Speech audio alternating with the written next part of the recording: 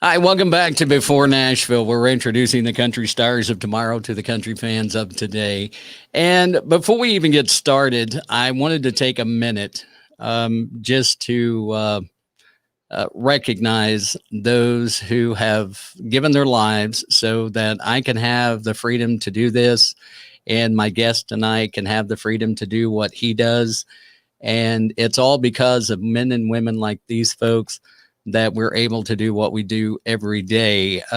I work in radio during the day, as many of you know, and I was reading last week that most folks don't even understand what Memorial Day is all about. And I know it's the tail end of the day, but Memorial Day is a day that we honor and we just give our respects to those who have served and given their lives for everything and every freedom that we have. And so my guest tonight, Tyler Deaver, I'm going to talk to him in just a bit, but we talked a little bit earlier. And just in honor of those folks, we wanted to raise a glass and say thank you for your sacrifice to the families. Thank you for your sacrifice as well, because it goes deeper than just the men and women who have lost their lives. It goes to those and their families who have lost a loved one, and in giving exactly what they felt that they needed to do in order for us to have our freedoms. So we're going to raise a glass to them. Again, as always, it's Three Rangers and my buddies at Three Rangers. This is for Rangers past, present, and future. This is for all of those who have served, who have fought, who have given their lives for us so that we can have our freedoms. So to each and every one of you, cheers. Cheers.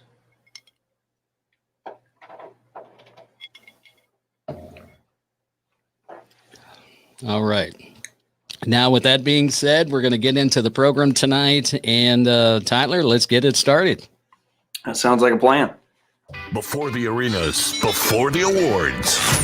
This is b4Nashville Live. Have a question for our guest? Send it to us via Messenger. Here's your host, George Davis. And welcome back to Before Nashville, where we are introducing the country stars of tomorrow to the country fans of today. And this guy, from a young age, he's been blessed with a great gift of singing. He shared his voice through choir and drama while he was growing up. He wanted to do more with music than just sing. So in college, he began playing guitar, began singing, began gigging out at local bars and county fairs. And these events over the years have made this guy realize his true dream. It's a dream of singing and living and sharing his music with the world. Welcome to Before Nashville tonight, Tyler Deaver. Tyler, how you doing, my man? Man, I'm hanging in there. I appreciate you having me on. Well, I appreciate you coming on. As a lot of times, I find a lot of the artists I bring on through Instagram, and Tyler was one of those that I found on Instagram and reached out to him, and he was so pleasant to talk to and so willing to come on tonight. And it's just great that I'm able to do what I can to help hopefully further some of your careers along the lines. I mean, I hope so anyway. But Tyler, tell me a little bit about yourself, about your background. I mean, it said, you were growing up, you found your voice at a young age, and just kind of give us a backstory on the life of Tyler Deaver. Absolutely. Yes. I grew up in farm country in southwestern Wisconsin. So it was just pretty much nothing but dairy cattle and white-tailed deer, which by me was absolutely fine. You can't see it, of course, right now, but all around me are just deer heads. So Okay. other than the guitars. So I was lucky, man. We grew up on, 100-acre farm, and I was able to go fly fish and have a very deep passion for the outdoors and just being outside in general. And that's one tough thing about being in the city. It's a little harder to walk out the door and go do those things, but Nashville's got, nearby some great things. And Right. So I love the outdoors, but I've always had this battle between doing music stuff and outdoors and kind of what pulls me a little bit more. And obviously kind of pursuing music as I started to get in my college years, I realized, okay, I'm not too bad at this. I think I might have a knack for doing this. And maybe I can, if I'm lucky enough, maybe do it as a living, sing for a living down there in Nashville. And so my wife and I kind of basically just kind of came down to check it out, see if I'd fit in there. And I was like, man, I need to be here, and all those things, all the plays and musicals and, singing that I did growing up in school, it was fun then, but I never knew at that point that I wanted to like do it for a career. I probably didn't even know you really could, unless you were, Right. the big star kind of thing. But that's pretty much where I grew up, man. It was farm country, and there was a good music program at the local high school. So I was lucky that way. My sister was a singer, and I kind of followed in her footsteps, and here I am. So So as you're growing up and you're discovering your voice and you figure out, this is really my thing. I mean, you pursued that. You said you and your wife went down to Nashville. You realized, hey, this is really something I think I can do. But prior to that introduction of you and your wife, what kind of things were you doing to get prepared for where you're at right now? it's funny, I before then, in high school, I was not. If I could go back in time, I would have picked up the guitar, way earlier, and that would have been a huge help, because I really wasn't, preparing myself in a musical sense with an instrument. I did play, I played trumpet like the kids in the band do, and I played cello for quite a few years, but I never picked up anything that really put me in that country music kind of vibe until that college year. And then I really started thinking man, if I want to, play in Nashville, I need to be able to play guitar or piano or both, optimistically, like that. And so I wasn't as great I sang all the time. I played in some rock bands and stuff. We had a kind of funny to look back on now, but we had a Journey cover band at one point, which was, who didn't, right? I mean, I guess that's, but so we did that. We actually played at a lot of churches for lock-ins and stuff for when we were in middle school. And so I did a bunch of stuff like that. We played some bars in La Crosse, Wisconsin, at some of those places. And so it was kind of a good initiation. But I think college really is when I started kind of really tweaking some things and getting where I can actually understand kind of how rhythm guitar really works and learning some lead things. And that kind of helped me take it to that next level. But I was in school focusing on wildlife biology and environmental law enforcement at Stevens Point. So I didn't even go to school in college for music. Okay. So I kind of went the other way. And so I got that degree that I'm just, so currently using right now, Right. So who are some of your early influences as far as the music went?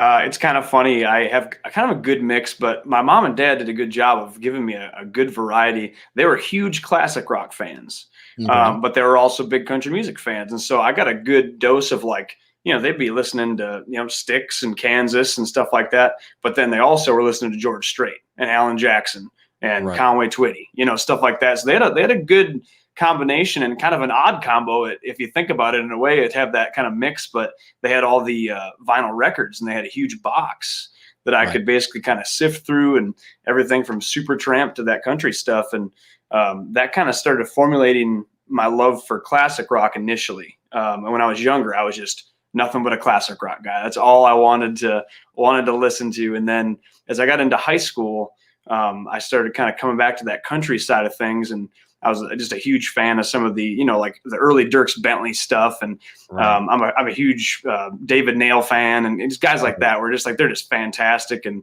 kind of fell in love with that. And so there's kind of two sides of it that I just latched onto and ran with it. Yeah, David's got an amazing voice. He and I actually share the same hometown. Oh, really? Okay. Yeah, I was born in Kennett, Missouri, and still have an aunt that lives there.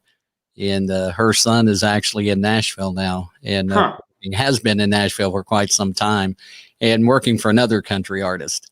And so there's and David I've met a couple of times, and actually about 3 times. And he's an all around good guy. So it's good to hear somebody point him out as being an influence on them, because he's got an amazing voice. Dude, he is unreal. He's one of those guys that I can't believe he's not, still on mainstream. But I mean, it's one of those things where he cut just the music he wanted to cut, and he didn't really do the sellout thing. And there's nothing wrong with it either way. But man, he's just so good. His voice, he could outsing just about anybody, I think, on the radio. He's so good. Yeah, great guy, great family man. I mean, and it doesn't hurt from he and I both being from Missouri that he's a Cardinal fan and a major Cardinal fan. Played baseball growing up. There's a big correlation. I've noticed that a lot lately. There's a big correlation between sports and country music. There is. When you think about it, you've got David, you've got Chris Lane, you've got Brett Young, you've got Matt Still. Matt Stell. You've got a lot of guys, Cole Ford, guys that play sports that have gotten into music. And a lot of them are because something happened that they couldn't follow their sports career, normally an injury. Yes. Or something like that. And so it's like guitar's the next best thing to pick up, I guess. And they'll get the chicks. I don't know what they're dealing. You're about right. That must be what they're thinking. but a lot of good stuff. When was the first time you picked up a guitar and started playing? I actually picked it up my last year of college. So it would have been 2015. I picked it up late. But I tell you, like, it's funny, after that first, I'd say year, where it's just kind of like, I never have taken a lesson. I've just kind of self-taught, and I used YouTube and different things online, but I've never went to an actual formal lesson. And I'm sure that would have helped, but helping learn by myself also helped me kind of get places. And I tell you, I've learned more in the few years that I've been in Nashville than I did, the first couple of years that I was actually playing, because you just pick things up off of musicians, that you play with and people you meet. I have a guy that, he kind of took me under his wing when I got to town. His name is Colton Steele, and he plays a bunch of good old country music and stuff. And he taught me so much about that. And he's a heck of a picker. And I've learned a lot of things on guitar from just watching what he's doing on that guitar. And that helped me so much. So I've been able to kind of turn those wheels a little bit faster since being in town. That's pretty cool. I mean, and besides that, you write, you're a songwriter as well. What do you feel like right now is one of the biggest challenges of songwriting facing artists today? I think really, after, of course, with the pandemic and everything, a lot of people don't want to write in person.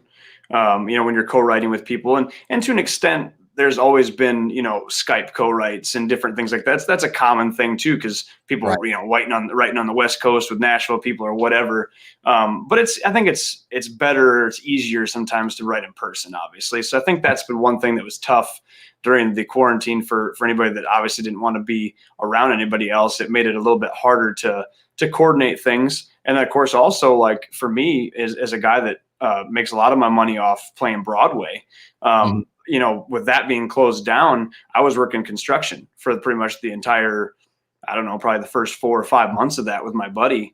And so just to make money. So I was kind of putting music on the back burner, obviously, and just trying to do whatever. And, as so many people in every career had to quit or they had to move. And, and so many good musicians, same story. People that have been in town for 25 years or even more sometimes, they've had to move back home or kind of, retire from music basically. And it's a shame, because a lot of great musicians and songwriters, left town kind of thing. So it was tough. Yeah. COVID put such a big hurting on the music scene in general, not just, a lot in Nashville, because you had shows that were canceling or postponing, and then you've got, Broadway shutting down. You've got other venues around town that aren't on Broadway that are shutting down. And it's making it hard for people like you to make a living. When you put, basically food on the table with it, and it takes that away, it makes it hard. So you have to go back to something else. And while you were doing that, while you were working construction and you're kind of out of music, were you still able to kind of work on the crafts a little bit? I still was able to in the evenings a little bit more. Luckily too, my wife is really cool about, letting me do that stuff and, having time kind of scratched away to do those things. And so I got a good setup down here in my basement where I kind of fix it up it's kind of the deer head / music room. So, in the evening when I'm going to write something, I'll come down here and kind of pop my notepad on the desk and sit there with the guitar and see what I can come up with. And so, yes, I think it was, for a lot of people, they had a lot of spare time, obviously, because they didn't work a job throughout that period. And me working a little bit, it was a little bit tougher. I definitely haven't written as much during that period as I did before. I was writing a lot more while I was playing full time, just because my hours were goofy. You'd have a 4-hour shift at Legends Corner, and then I'd be able to go home and write, the rest of the afternoon, or go have a writing appointment with someone. So still got some things done, but I was a little bit slower. I was putting a little bit more into the housing project stuff and whatnot. So, right. Still got to pay the bills. They don't quit coming no matter what. So That's you right. do what you do. So when you're writing a song, a lot of people, I mean, it seems like everybody kind of has a standardized formula, but there's a little bit of a variation per person. Mhm. What's your typical way to begin writing a song? When you go down to your deer headroom, what's the first thing you're doing when you're getting ready to write? I think the first thing that I like to do, I always have, I think like every songwriter, I have like a, both in my phone and then on like a notepad, multiple notepads and notebooks, I have Mhm. like a bajillion ideas, right? Like, and some of Right. them are, like anything, you get some that are okay, you get some that are maybe not so good, and it just kind of takes up paper, but you got to write them all down.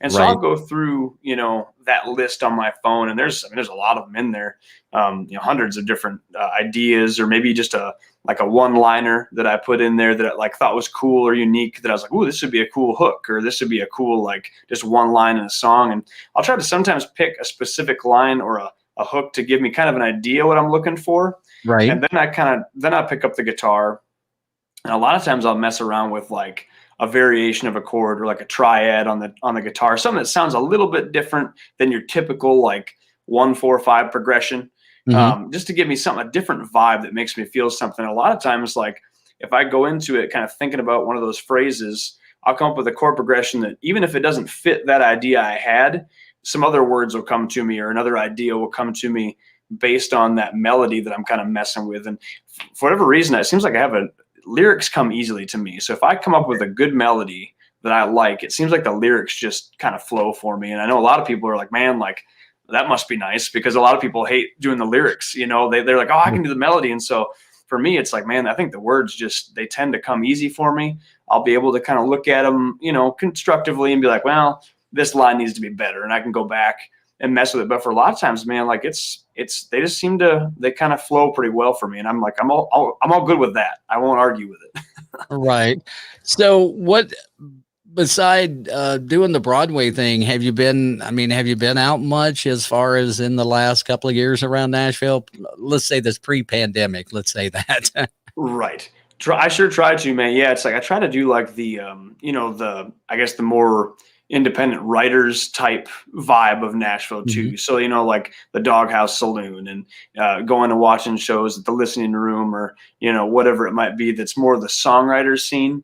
And I've tried to do a good job of getting back to that, because it is a little bit tough. When I first moved to town, it was hard for me to balance. I was working full time a retail job when I first Okay. moved to town, and so I was trying to do a Friday night, Saturday night gig out in the Opryland area. And then I was trying to do songwriter things, but a lot of times it was like you get done with work and you drive right over to like the Vanderbilt area to do a songwriter showcase. And then, you get home at like midnight, and then you go do it again at 6 a.m, which that's what a lot of people do. It's not easy. And so I did try that quite a bit, but it's been so much easier now, being a full-time musician, where your hours are a lot more broken up. So it's like I have more Right. spare time than typically I would, with a normal, job. And so that has been good for me to be able to do those co-writes, go try to meet new writers at those places. I mean, like the Live Oak is really cool. Mhm. And a lot of people too that play those, they're like known writers. They're people that are already on like a label or have a pub deal, but you can meet a lot of cool writers that have a similar vibe to you, and then hopefully they'll write with you. And that's kind of what I've been trying to do. So I try to do that quite often as I can anyway. Right. And that's always a good thing. I mean, and it is, I'm sure it is kind of difficult whenever, like you said, you're trying to do the retail thing. Cause when you first get to Nashville, very few people are going to jump right into writers rounds and stuff like that. Again, you still have to pay the bills. Right. You got to find something to do until you get to the point where maybe that'll take off enough to help you out. But what's one of the favorite venues that you have in Nashville that you like to play in for things like that? hmm I do. I really enjoy the Doghouse. That's always been one that's kind of a cool vibe to me, because it's not like a super fancy bar by any means, but it's Mhm. like there's always just like you never know who's gonna walk in there and like Right. and just pop up for a round. Like there's always somebody that's like a hit songwriter that shows up in there pretty much every night. In the same way as kind of over like it's losers and winners bar as well. Like you just never know who's going to be hanging out. So you can meet some really cool people. Like one night we had a buddy and I were playing at losers, and Chris Young came in and gave us $100 tip in our tip jug, kind of thing. And so it's like, that's just kind of cool. Like, when you're sitting there just playing music and Chris Young's like, oh, hey, here's $100, like, cool guys, kind of thing. And, walks off. So it's like, that is, I think I love that vibe. It'd be hard to pick one, but I do like the Doghouse. That one's pretty cool. I like that one. That's one of the places I haven't got to go to yet in Nashville. I've really got to try to get over there, but it just sometimes it seems like there's so much going on. It's hard to get away. Yes. If you, excuse me, I've been battling this chest congestion for about a week now, and I'm trying to kick it, and I'm not winning the battle at all. But if you were, say, to pick your top 3 songwriters that are your favorites, talking about the songwriting aspect of things, who would those have to be? Who are like the top 3 that you love to listen to and feel the vibe that they have and kind of want to make that a little part of your own stuff? Absolutely. One guy that I have I just got to meet him briefly one time at the Bluebird. His name is Brett James, and he's written just about every Carrie Underwood hit you could imagine. Oh yeah. But he's written so many songs, and actually one of my favorite country songs ever, "The Truth" by Jason Aldean, is just like such a dang good song, man. It's just like everything about it. I'm just like, yeah, and he seems like a really cool guy too. And of course he had like a brief solo career of his own when he first was in Nashville. And a heck of a singer. The dude, I mean, he's written, him and Kenny Chesney have written, I think, like, I don't know, probably 6 or 7 number ones together. I think it's like he's all over the book, but he's just such a good writer. He's one of my favorites for sure. I do have a lot of, I got onto the Jason Isbell train late, admittedly. Okay. I didn't really know much of his music other than like Cover Me Up when it came out and stuff. And then I kind of started paying attention to some of the things that aren't as popular. And he is, no doubt, like, he is in a class of his own when it comes to songwriting. And I'm just like, man, like, there's a lot of his stuff that I've really definitely kind of fallen in love with, in the fact that he's just like, he's in another category, like, of songwriting. He's just so good. But I tell you too, like, going back into like some of my influences of 90s country, I think Alan Jackson is one of probably the most underrated songwriters there is too. Cause like, people don't think of obviously all his hits that he wrote for himself, but like some of the songs that he's written for other people too. And some of the covers that he's done too, some of the, Don Williams stuff that he cut and different things. Like, he's like a fantastic songwriter as well. Not to mention a singer. So those are probably three of my favorites for sure that I think of when I think of like just top notch songwriters for sure. And those are great. I mean, I love like Brett James. He's one of my favorite. Ernest is one of my favorite. Jason Isbell, I love his stuff too. Alan, I've always enjoyed. The first country album I ever owned was actually, as a young man, was Alan Jackson, Don't Rock the Jukebox. Yeah.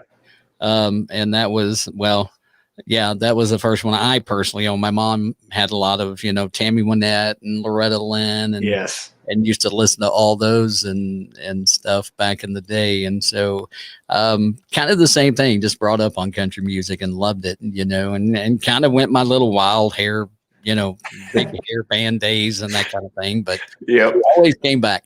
So if you if you could pick, say, one writer to sit down and write with, who would that be? That would be really tough. I think I would probably be I think I'd really want to write one with Brett James, or maybe Rhett Akins. They're two of my favorites.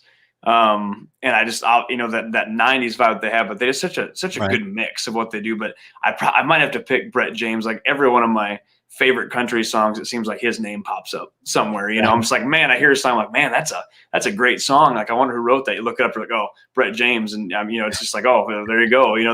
But they're both like that. They seems like they can just crank out hits left and right. But I bet you could learn a lot from an hour sitting there with Brett James, asking him about just song structures and lyric ideas. Man, he could probably teach me a book in an hour or two, I bet. Oh yeah. I mean, like I said, he's a great writer and all. If there were one song that you would say, man, golly, I wish I would have written that song, what would that song be? Man, I was thinking about that too. And it's funny because, I think a lot of people would pick the giant song, right? And Right. like the humongous, like the number one, hit maker of of all time for like money wise, whatever. But honestly, Mhm. I think like even though it's not maybe my favorite genre of country, I'd still think that like that Truth Song for me by Jason Aldean, for whatever Mhm. reason, is like one of my I like every time I hear that on the radio, I just like have to crank it up. It doesn't matter how many times I've heard that stinking song. I'm just like, I just something about it, like the lyrics, every lyric in that song, everything from like the faint steel guitar on that Mhm. tune, and like I can picture the entire video because I've seen it like a bajillion times. I think I'm like about 10,000 of those views on the Right. like the 35 million of them, and it's the song that people be like, oh really, like that's the one you'd pick, kind of thing. But like for whatever reason, I don't know why, but it's just such a good, to me, it hits that click, man. I don't know what it is. Wow. That's pretty cool. Now, I mean, you've got your own stuff. I mean, we kind of alluded to that earlier. You've written some of your own songs and getting into kind of the groove of making a name for yourself. And the latest song that I have that I've actually listened to a few times that you put out there is called 100 Acres. Yeah. And you've made that statement earlier, and we'll get into that after we play the song because I want to play the song first, and then we'll talk about the backstory. But you made the statement that kind of make my ears perk up. So I'll ask you about that when we come back. Right now, it's Tyler Deaver. This is his song. It's called 100 Acres. And Before Nashville is being brought to you by Go-Go Tuners. If you're a musician, it's one of the best tuners you're going to find out there. Easy to tune your guitar with. It gives a green you're in, red you're out patented technology to where it's real easy to see and extremely easy to tune. So be sure to go check them out at gogotuners.com. We're also being brought to you by Three Rangers Whiskey, as we talked about earlier. Three Rangers, Rangers of past, present, and future.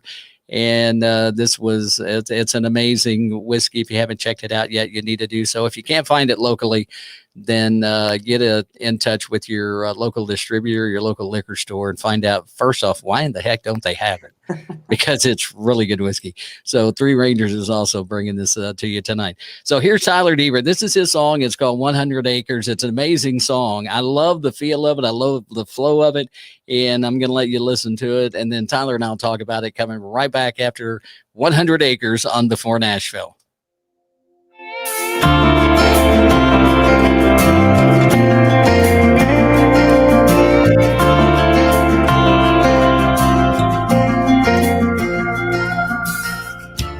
Remember that old tractor shed, all the times that we hid in the cab of that Massey Ferguson, just a guy and a girl, 100 acres. Being a farm kid has its perks. Sunset Ridge tops after church, and holding hands we're walking down the logging road, just a guy and a girl, 100 acres. I think we took that place for granted, the cows, the hills, and the whitetail bucks. I wonder if that shed's still standing. Wonder if that farm kind of misses us. Just a guy and a girl, 100 acres. I guess you heard they sold a farm. Big city money's got a tempting charm. They sold the tractor and the house, they burned it down. I guess it's up to us to keep the memories around. I think we took that place for granted, the cows, the hills, and the whitetail bucks. I wonder if that shed's still standing. Wonder if that farm kind of misses us. Just a guy and a girl, 100 acres.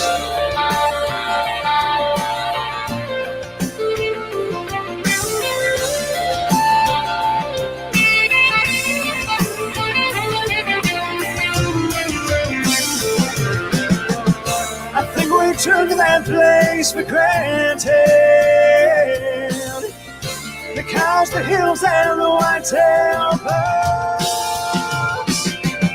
I wonder if that shed's still standing. I wonder if that farm misses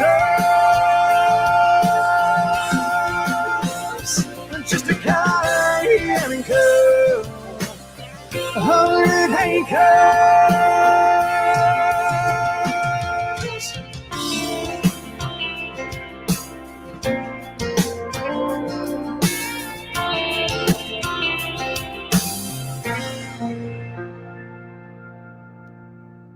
That's Tyler Deaver and 100 Acres on Before Nashville, bringing you the country star, introducing the country stars of tomorrow to the country fans of today. Great song. The flow of that song to me is just amazing. It's got kind of a softer, like a kind of a cross between a 90s, 2000 feel, a lot like The Truth. I mean, when you listen to The Truth and the flow of it, very soft. Where did the story of the song come from? So it did kind of like you were probably hinting at there. I grew up on we had two farms actually growing up through there, both about 100 acres or so. One was an older dairy farm, and one was kind of more just like a recreational property that was like kind of a homestead. And that's kind of where those stories, kind of a combination of all the all the great memories obviously I had growing up on that farm, and being able to literally, like, you could walk out the door, like I was saying, you walk like 100 yards out the front door, and you have like a class A trout stream right there. You can catch, Right. So I got to fly fish growing up right outside the house. Catching 20-inch brown trout is like common. Then that it's like, it's one of those streams. It's a catch and release. So you can't keep anything in that stream, but you get big fish. So it's, it's like, who cares? I'm all for it. But you just, stuff like that. And, it's all it's obviously a working farm, and we still, even today, we still rent the ag fields out and stuff. So there's always tractors we got around there and everything. So a lot of those memories came from that. And unfortunately, like, so many farms, the one that was a century farm, true century farm, we sold that one. I guess that's probably been a couple of years ago now already, probably 4 or 5 years ago. And it's just one of those things where, I get it, but it's also, it's tough, because it was one of those things where, had I decided not to move to Nashville, I think my wife and I probably could have afforded and could have got a loan for what we needed to keep the farm. But obviously that would have been something where I would have to change career path and everything. So we opted to not do that and move down here. And it just it was a bummer. It's one of those ones where I hope someday, maybe if I'm lucky, I can get it back. But you know how it is with farms, man. It's tough to do. It is. It's real hard. And it's always hard, especially when you're giving up a family farm like that. I mean, something that's been in your family for generations. And then, and we deal with that so much. I talked a little bit earlier about the concert series that I work with, Freedom Jam. And we have a young lady on there by the name of Stephanie Nash. And Stephanie, her family's from California, where they were dairy farmers, and then they moved to Middle Tennessee, and now they're dairy farmers there. And just her whole heart is around farming. That's what she does. And she talks a lot about, losing farms and stuff like that, and how they're, the farms are not as front of mind as they used to be, say, probably even 50 years ago. Mm-hmm. I grew up in a rural community where that's all that was around us was farms. My father-in-law has a small, very small 40-acre, farm now. But the thing is, he's had that farm since my wife was probably, 3, maybe 4, something like that. I mean, very, very young. So it's been in her family for a long time. And it's just, it's a family. It's like a family heirloom. It really is, man. It really does. It's funny you mentioned that too. I actually, Stephanie and I actually wrote a song the other day together. So we were actually talking about that Okay. the other day, and she was mentioning, I can't remember the stat, but we were talking about how I grew up in Wisconsin, like you said, and how she's like, they have like the largest dairy farm in Tennessee, like you were mentioning. And she was saying how like, yeah, in Wisconsin, she read a stat where it was like, there's like 60 some a day or something like that are like, Yeah. like they're losing that many. And it's true. I mean, when I was in third grade, I can remember that like I probably almost every kid in our class grew up on a dairy farm, pretty much. I would say the majority. And anymore, like I'm sure it's like maybe there's one or two kids that maybe have a farm, and it's probably a beef operation, not a dairy Right. operation, So it's sad, man. Those little farms, they just can't make it. They're kind of empty, vacant lots now with cool barns that don't have nothing in them but ATVs and stuff. Now there's no more, Right. no more cows and things anymore. So Exactly. And it is sad. I mean, I think about that, and excuse me. And, and when I was in school, I grew up, I was in FFA, I served as an officer and stuff like that. And I just see a lot of those, those things are not there. There weren't really a lot of dairy operations around at that time. I think there were a couple in our area, maybe 3 or 4, but nothing big. But, you get up in Wisconsin and up in that area, you see a lot of dairy operations, and you see a lot of dairy operations that have either changed hands or they're no longer in existence. And that's a very sad thing. But the song itself, I mean, and that was exactly what I was alluding to was, did it come from that? But, I mean, like I said, to me, it's one of the easiest, and I don't mean this as a slam, but it's one of the easiest to listen to songs that I've heard in a long time. well, I appreciate It's very, I mean, I can lay back and just chill to that song all day long. Right. It is that good. Very, very good. The melody is perfect. The words are great. Sometimes you might have a little overpowering. There's one part where, you might wait on the guitars to get a little like crazy, but it's that laid back steel, Yes. and I'm thinking it's a steel. It didn't sound like a slide guitar. It sounded like a steel. And it's just kind of that, and it's like, that's good stuff. I mean, to me, I can go, I can handle Jason Aldean, anything from Big Green Tractor to what's one of the harder edge ones that he's done. I'm trying to think of, was it Kick the Lights Out or something like that? Yes. And, something like that. And some of those harder songs, or a Brantley, he'll go from One Hell of an Amen to Bottoms Up or something like that. But it's just one of those, to me, it's just a good, relaxing song. I mean, I can deal with that one all day long. So very, very well written, very well performed. Did you do that at a Nashville studio? I'm guessing, right? I did, yes. And so it was steel guitar, like you were saying on there too. Yeah, we had steel, and I was debating whether I wanted to put fiddle on it, just because I love having fiddle on stuff. But I did it at Baird Studios over there with Larry Baird over there, and they did a great job. That was the first time I ever cut anything there.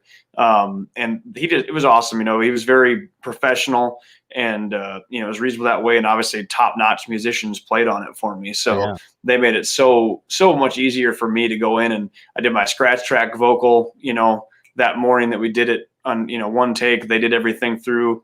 I think maybe took 30 minutes for them to track that. And then I did vocals the rest of the afternoon. Wow. With a fantastic engineer there, and I had pretty much everything in that day. I mean, they typically, a lot of times, you don't always do vocals the same day, but I had the whole day, and I felt my voice felt good. I hadn't sang a ton that week anyway, so I was like, I was warmed up, good to go, and we cranked it. And it's great though. Like, you basically play them. I play them the song. I talk about kind of what I want in the sound, and like somebody that can actually play steel guitar, they turn it into something and more of what what I wanted. I said, like, I want that vibe, just like you've been describing. Like, I'm glad that you catch that vibe, because that's exactly what I was going for. It's like that good mix of where there's parts of the song, like you said, where it turns up a little bit, but for the most part, it's like that one where you kick back and you're gonna hear the story, versus if it was a really like in your face kind of country rock vibe, you might not pay as much attention to the lyrics behind it. And I've been waiting on that song for a long time. People, I've always played that one out, and people have always liked that one a lot.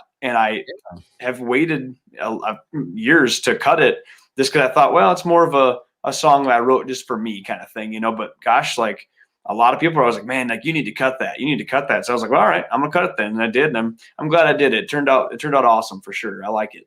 It definitely sounds great. And that one you just released it. Was it this past Friday? Is that right? Or it's been a few weeks. So I had that one out right after the turn of the year, pretty much. Okay.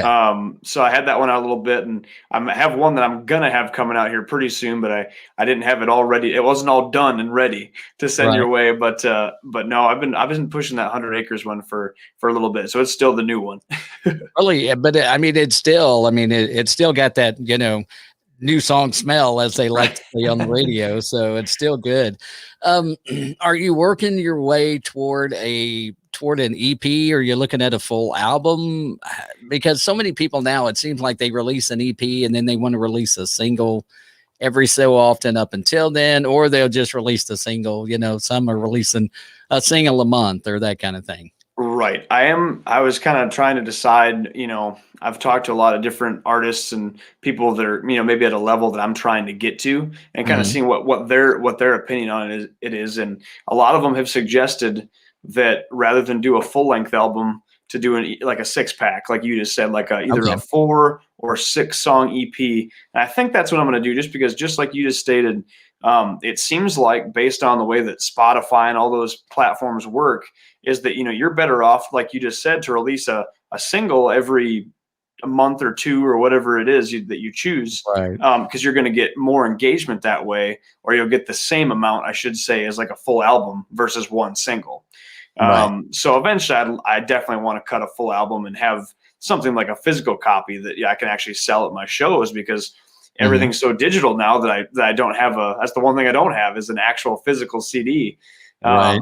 And so I think I will. I'm planning on, we have a bunch of out of town runs this next couple months since things have opened up, and some festivals up north and everything. And I think after I get back, I'm going to schedule it and try to cut. I'm going to have a hard time picking. I got a lot of tunes that I'm like, man, I don't know if I can narrow it down to 6 or not. And I keep writing. I wrote one the other day that I'm like, dang it, that one's going to bump one that I thought I had. I was like, that one's pretty good. And I was like, dang, I got to cut that one. So good problem to have, I guess. But it's always like trying to pick your favorite child. You just can't do it. It's like, I've got 7 kids here and I have to pick the 6 out of my favorites. So one of them's going to get left off to the side, Right. or something like that. And it's really hard. But I mean, I agree with you. I think a lot of artists nowadays, one of the things that I feel like they're missing on is to have that physical copy to give out, to sell at merch and that kind of stuff. Everybody's gone to digital. And I mean, the labels have been doing that for years. I've been in country radio for a long time. And, over the last probably 8 years or so, that was what a lot of the big labels did. They didn't send out physical copies of CDs. They would send out digital download cards where you could download the whole thing. But the problem with that then, as compared to now, is a lot of people didn't have the access. Right.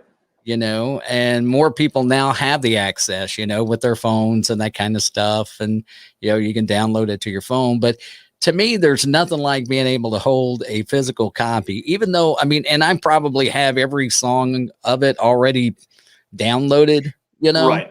But it's just that physical copy. It just kind of gives you that connection to the artists themselves, It does. Yeah, because right. I can go listen to anybody digitally, it doesn't matter whether they're a brand new artist that's been out for 6 weeks or they're a classic artist that's been out for 60 years. I can go listen to them digitally, but to have that actual CD in hand, and yes, folks and ladies and gentlemen, boys and girls, I still have a CD player in my truck, believe it or not. And I play a lot of stuff off of Spotify. I'm not going to deny that, but it's just nice to put that in every once in a while, No, you're 100% right, man. That, and like vinyl too. I still love vinyl. Like I would love to cut a record, so like an actual record to press someday. Like if I did a full album, I might have to do that. I might have to. I have such a love for vinyl, and I want to say I passed that on to my oldest son, but he's got a huge vinyl collection, and and I do too. And as a matter of fact, I was talking to my wife because we have.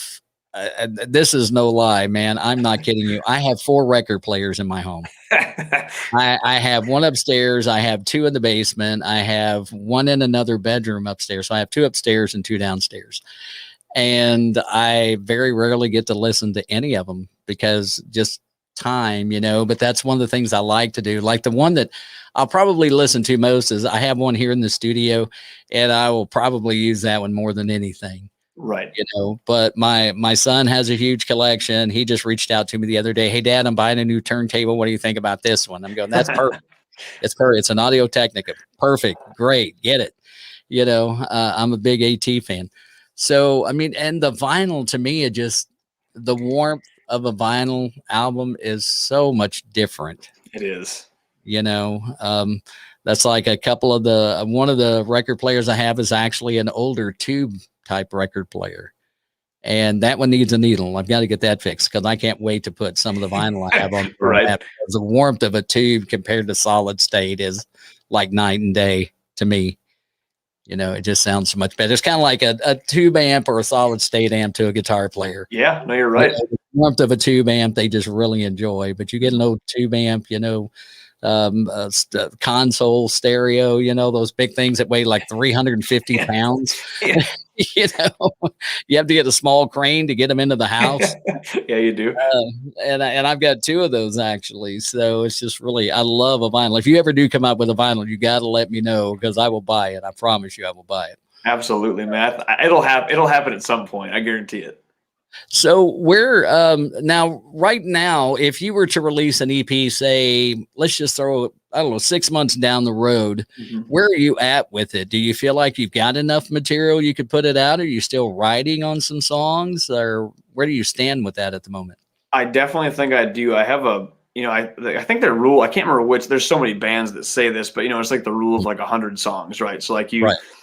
Sometimes you hear somebody say like, you got to write 100 songs and you might get like 5 or 10 that are like, pretty solid out of it. Maybe one of those is like a legit hit. And I think sometimes that could be true, but like, I definitely think when you write 100 songs, you're going to have a chunk of good ones in there. I think, for sure, like 25 of them, I think are going to be pretty solid. And I got a good chunk of songs going right now. I feel like I've probably got at least 40 songs that I would pick through right now and there's probably 15 of those, in my opinion, that are actually in the running of what I would want to put on a 6-song EP. And there's probably, there's a few of them where I'm like, absolutely, like there's like probably 4 in there that I'm like, but then it is tough because I get down to that number 5 and number 6 slot. And I'm like, well, I really like this one. Like I should probably cut that. And then you go down that list, you're like, dang, I like that one too. And that one and that one. So I guess it's a good problem to have but hopefully, if I keep, I'm just going to keep on writing. Like I said the other day, I wrote one literally yesterday or the day before. And I've been wanting to write that song. I had a hook idea for the past year and a half, and it just could never find the right melody for it. It just wouldn't fit. So I kind of just scrapped it and forgot about it. Finally, for whatever reason, the other day, I was messing around on the guitar and I was like, man, that sounds like I might be able to write that song. And I sat down for probably about an hour and I wrote it, and I'm like, yeah, I'm going to cut that. It turned out really good. So I'm like, that's going to have to go on there. So that's probably number 5. So now I got like one more slot to go. So we'll see if I write any more good ones. I'm going to have to start bumping some stuff off the rope there.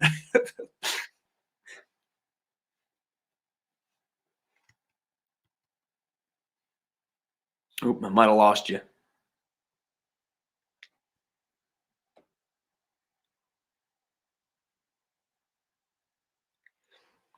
I got your video, but I don't got your audio.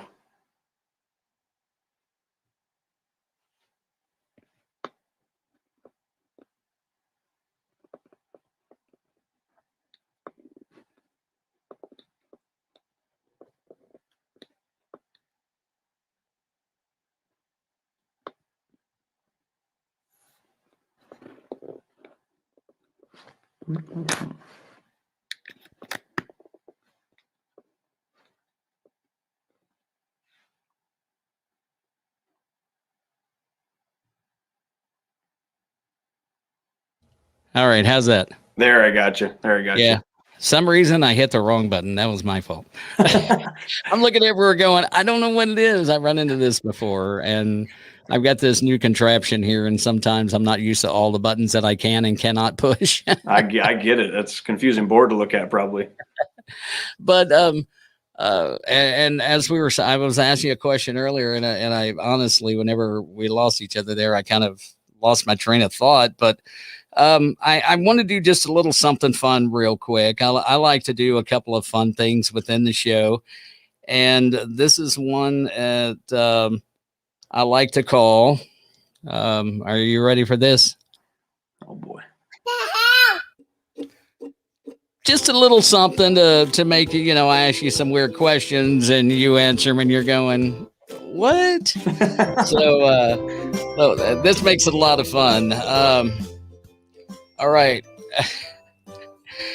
Have you ever had a this can't be happening to me moment, and what was it? Yes, actually. A couple of months ago, believe it or not, and it's kind of actually more of a not fun one. I broke 3 of my guitars within a week. Like like all my guitar, like all my acoustics, they all broke. And I was like, I had, like literally I have behind me here, I got a 12 string. That one wasn't one of the 3, but obviously I'm not going to take a 12 string down to Broadway, but Right. I had that Fender behind me. There was something wrong with some of the like electronics on the inside where it would just like quit working all the time. Like it would be like random. And so I couldn't figure it out. I took it in a couple times in the past, and they're like, oh yeah, I think we figured it out. Couldn't figure it out. Finally got that fixed. But that week that one broke. I have an Ovation that I literally accidentally snapped the wires that connect the battery to like the 9-volt thing. Right. I literally I pinched it somehow in the box when I was putting it back in there, and it snapped them in half in the middle of a gig. So it was a solo acoustic gig. It would have been one thing if it would have been a full band show. I could have just not played guitar. It wouldn't have been the worst thing. Right. But I was sitting there and I'd like maybe an hour into the show, and like luckily I had a buddy that was that had played before me that had his guitar sitting there, and he was downstairs just kind of hanging out. And so I was like the bouncer went down. He's like, hey, can Tyler use your guitar? And he's like, yep, that's fine, kind of thing. And so I lucked out there.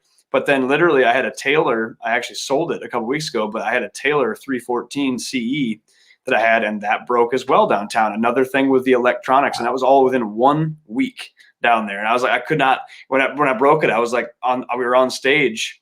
I broke the last one during a band shift. And I was like, I couldn't believe it. And I like literally did that. I'm like, are you serious right now? Like I just broke, like I don't have a guitar now, apparently. So that was a bad week for me. Oh my. And those are the, you don't even know how to feel at that point. It's just like, okay, it's got to get better because it can't get a whole lot worse type of deal. Right. So if you had a personalized car plate, license plate on your car, what would the plate say? And you may already have, I don't know. I don't. I'm a huge. I grew up in Wisconsin. I'm a big Packers guy. So if I ever got one, I potentially would go. I'm kind of waiting to see how they handle the Aaron Rodgers situation. I'll be honest with you a little bit. I'm an Aaron Rodgers guy. I've always been a Brett Favre guy, and I've been an Aaron Rodgers guy. So I might have me a custom Aaron Rodgers plate or something like that. That might be what I would have on there.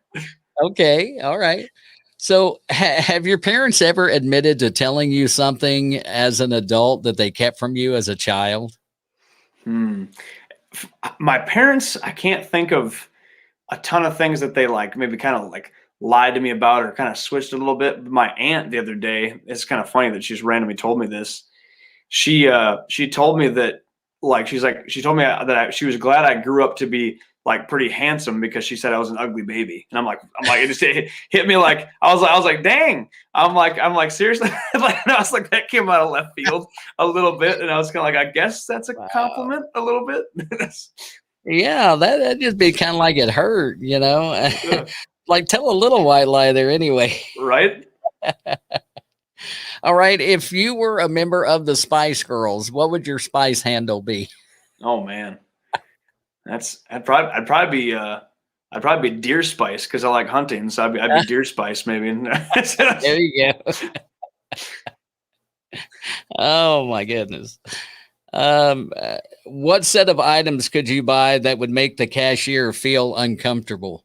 Oh man, I bet you I could probably, depending on the store, I buy so many redneck things that probably if I went in there and bought like a big Bowie, like a Rambo knife and a Rambo knife and maybe some cigarillos or something like that from behind the counter and some camouflage, they might be a little bit nervous depending on the store. But Right. unless it was Bass Pro, then they're probably used to that.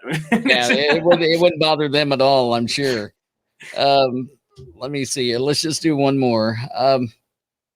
It's I have these on my phone, so I have to get back over to my deck here.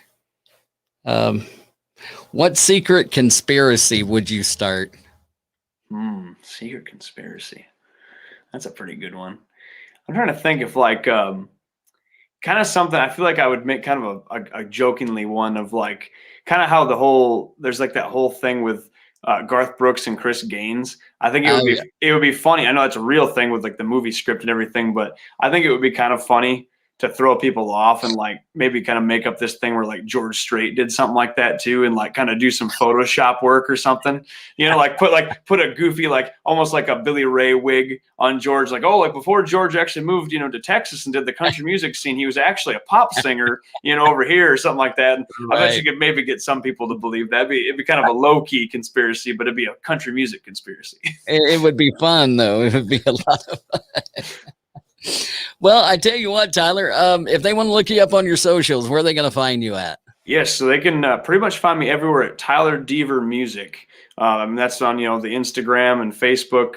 I do have a TikTok now and all that stuff, and a YouTube page, and then my main website is tylerdeavermusic.com as well. And I got links to all my socials that way, and to Spotify and all that stuff on my main website. That's why I always wear the beaver on my hat, because people can never, they like look at my last name and they're like, oh, is it like John Denver? And I'm like, it starts with a D, but I'm like, it's like beaver, like the critter, but like with a D instead. They're like, oh, okay. But some people just don't catch on, do they? They don't get it. So as far as the music goes, they can get you on all the streaming platforms. Yes, they can find me on all the major ones, iTunes and Spotify and Amazon Music and all those. Luckily, with the distributors these days, like they pretty much they upload my music and stuff. I don't even know what it is, to be honest with you. Some of them are like, there's so many, like they literally, this last song I uploaded, there's like 30 or 40 things that your music gets uploaded to. Everything from Instagram stories to Tidal and different things. It's not a ton of stuff, so they can find it pretty much anywhere. Yeah. I mean, even TikTok now, TikTok, I guess they're uploading a lot of stuff to TikTok too, where people can use it. Cause I've seen a lot of stuff on there and I'm going, I didn't even know that was up there, right. But it's like, it's pretty cool actually. I mean, anything that will help you guys out. That's my philosophy. If it'll help you get recognized, and by all means, let them do it. Right. So what kind of, you have any gigs lined up over the course of the summer? Where can they find you at if they're going to be like down in the Nashville area or anywhere like that? Yes, absolutely. So I always try to get a schedule posted on my website under the tour button. And so I'll have a mix of out-of-state shows and then my Nashville shows as well. I try to be good, sometimes you miss it, but on my social media, I always try to post that week where I'll be at. I frequent Legends Corner weekly. I play there Wednesdays and Saturdays. And then I also, when I'm in town, I play AJ's typically on Friday nights with my band at Alan Jackson's bar there. So, and every once in a while, I'll have a pop-up show somewhere that I don't typically play in Nashville, some of those writers rounds. And then this summer too, actually this next month, we're out of town for quite a bit. I get to go and open up for Mo Pitney in Wisconsin, which will be pretty cool. Wow. We're like the opening band, and he plays, I think not the next band, but the one after us. That'll be a really fun show. It's a place up there in Gays Mills, Wisconsin. So it'll be a cool little show. And then we're going all the way up to North Dakota to Minot up there to play a bar called the Rocking Horse for a week. And I'll be in LaPorte City, Iowa as well for a festival. So we got some stuff running through that we're going to be busy here this next month or two. That's amazing, man. I mean, it's good to hear that you're busy. I mean, especially after the last year and a half, so I'm glad to see that you're out doing your thing and getting people more aware of your music. And I mean, I encourage everybody to do this, and I'll do it tonight too. Whatever you do, you got to go check Tyler out on Spotify, on as well as Apple iTunes and all that stuff. And one of the big things that I like doing, and I need to start encouraging people to do, it's 99 cents to purchase a single. Okay, that's not a lot of money. You can find that probably in the couch. So you can listen to this stuff for free, but help support the artists as well, because all these artists are out there, they're trying to make a living at what they're doing. And my big thing is I want to get them, to as many fans as possible. And if you listen to it for free, I'm sure they don't mind if you come out to their shows and stuff like that, but hey, buy it too. Tyler comes out with an EP or an album, then purchase that. And just show them some love and support. So, Tyler, I appreciate you coming on tonight, man. And it's been great talking to you. I really enjoyed it. Hey, I appreciate you having me, man. I really have. It's always fun to get to go on things like this, and I appreciate what you do too with helping, because there's not a lot of programs that do that. Where they help independent artists, because you're not getting anything from that, and other than getting to hopefully get new music you like. So we appreciate you doing that, and it helps me, get new viewers and people that might like the kind of style that I got. So I appreciate you doing that. Well, I again, thank you. And I so much appreciate your time, and keep me posted. Something comes out, you shoot me an Instagram message and say, hey, I got something new coming out. I'm working on the album or something like that. Cause sometimes I will update on past, some of the past artists that I've had on, just to kind of let people know, or I'll put something on my Instagram or on my Facebook so that folks know what's going on. And, right.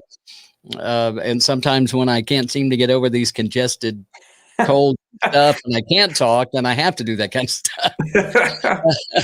But yeah, definitely. We want to know what's happening. So check out Tyler Deaver. He's on all the socials. You can get him on all the socials. You can get him on all the streaming platforms. And be sure, if you're in Nashville, check him out. You said, what was it, that you were at Legends Corner? Yeah, I close Wednesday nights, every Wednesday at Legends there, and then Saturday I play there as well. So if you want to catch me, yeah. Okay, so Wednesdays and Saturdays he's at Legends Corner. Check him out at other places. Could be at a writer's round, could be anything.